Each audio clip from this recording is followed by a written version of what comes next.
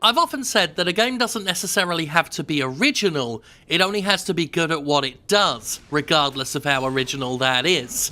Ashen really stretches the boundaries of that belief, because it is Dark Souls.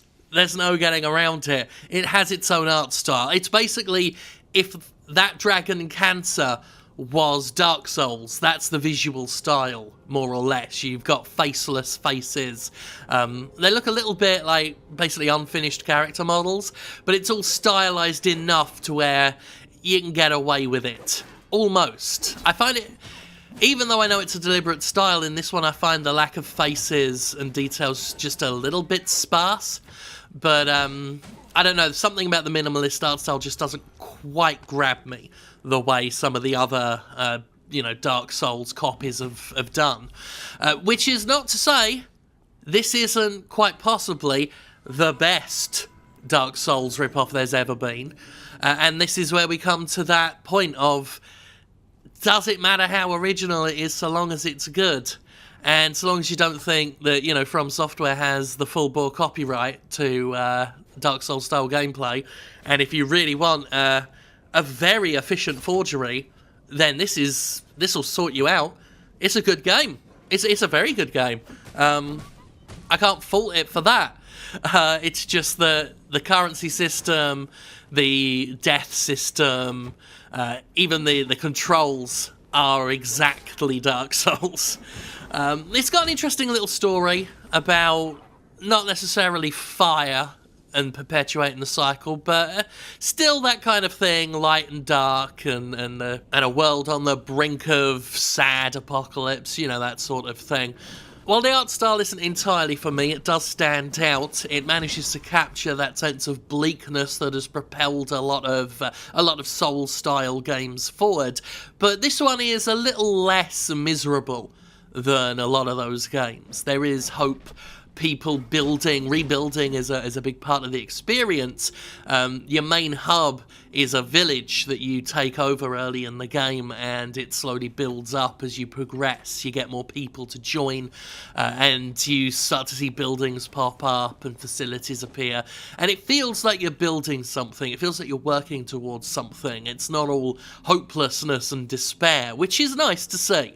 I like hopelessness and despair as much as the next person, but it's always a pleasure to see something a little less dour. So gameplay consists of you accepting quests from various characters, wandering out into a fairly openish world, full of monsters that are brutal and hit hard, and deadly things hiding in the shadows, ambushes, traps, all of the stuff that you've come to expect from this sort of action RPG experience. It's a little more chill than something like Dark Souls, not quite as challenging.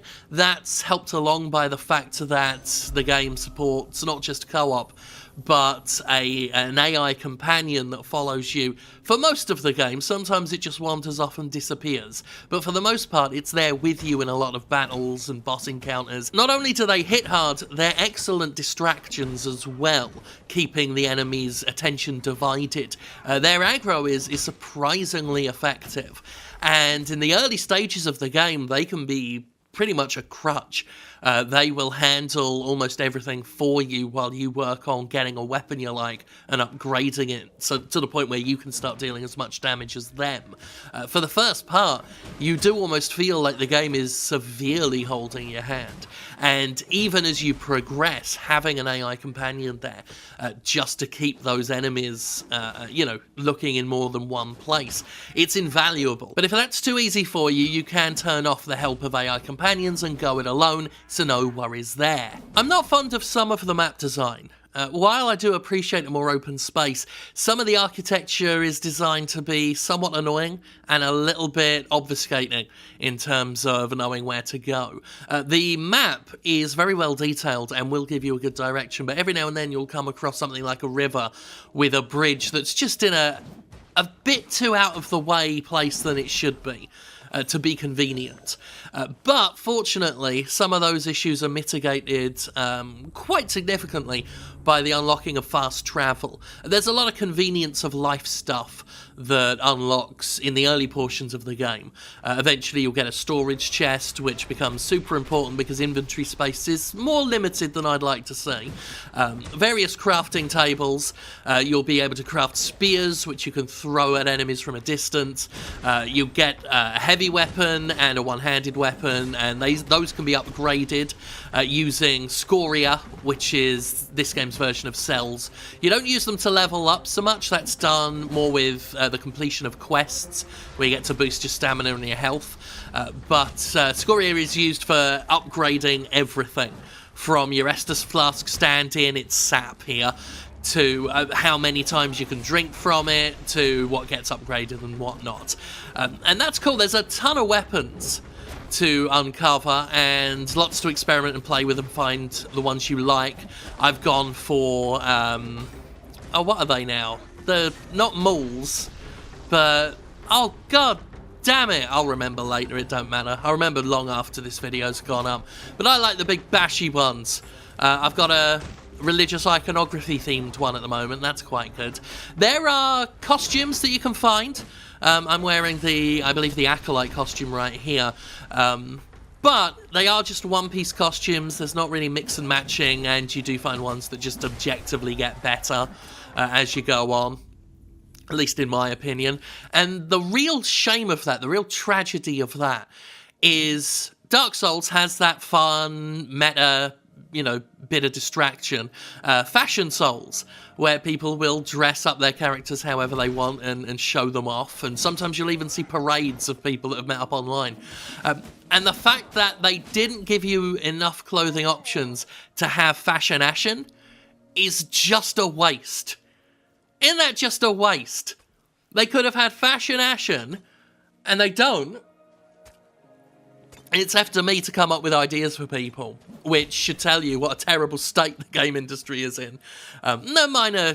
I just like having lots of different clothing options and stuff in these games, because I like to play dress up, but in a Souls-themed environment. Even though I don't quite like the faces, I do like some of the enemy designs. Despite the minimalist detail, they're quite evocative. There's no mistaking what anything is. You can quite clearly see the defined enemies in a colour palette that I quite like. It's very muted and dour. I've used dour twice in one video. You don't see that every day. But it's still a nice between something brighter and more cheerful and something all the bleaker, like you'd see in a Souls game, which, I love that stuff. It's one of my favourite art styles, but there's so much of it that this is a fun break. Everything looks a bit desolate, but there's still life there. There's a nice atmospheric soundtrack. The music's quite nice. It's very laid back. Just helps set the tone. The combat itself is all pretty much what you'd expect. This is part of what makes this better than something like Lords of the Fallen, or even something like The Surge, which I know was better received. The combat's tight here. As tight as anything you'd see from Software. Something like Lords of the Fallen was, technically unstable and a little bit loose. But this nails it, almost. The stamina meter is good. It's not a hindrance. It's part of the strategy of the combat. This is a project that looked at Dark Souls. And this is where I often say a game looked at Dark Souls, saw it was successful, didn't know why, but tried to copy it anyway. Ashen looked at Dark Souls, understood why it was successful, and then just replicated that with a, cheaper, more cheerful presentation, which ain't a bad thing. It really does stretch the limits of me saying a game doesn't have to be original, because this is shameless. There's no getting around that. But unlike something of far lower quality, it is just about getting away with it, because it is a damn good game.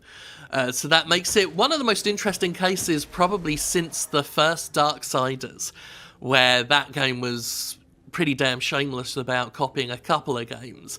But was, in my opinion, so good that it could walk that line between, you know, copycatism and homage. And this does the same thing, maybe to a greater degree, but it is a rock-solid experience. Technically, it all works as it should. There's very little to complain about, aside from the fact that you might not want to play just another one of these. But I did. I'm fine with these that come in the middle of you know, From Software releases. And it was just very entertaining. Still playing it. It has been very entertaining. This dungeon turns into just a piece of shit that, yeah, accidents were had in this dungeon by me, so I feel quite bitter about it. But anyway, I'll leave you with that. Ashen should have had Fashion Ashen, but doesn't, but that's fine. Isn't about unboxing things on a couch, which might disappoint some people. But if you want wearing it on its sleeve Dark Souls clone, this is it. It's quite alright at being it as well. Very good at being it, actually. Let's not undersell it. That's good.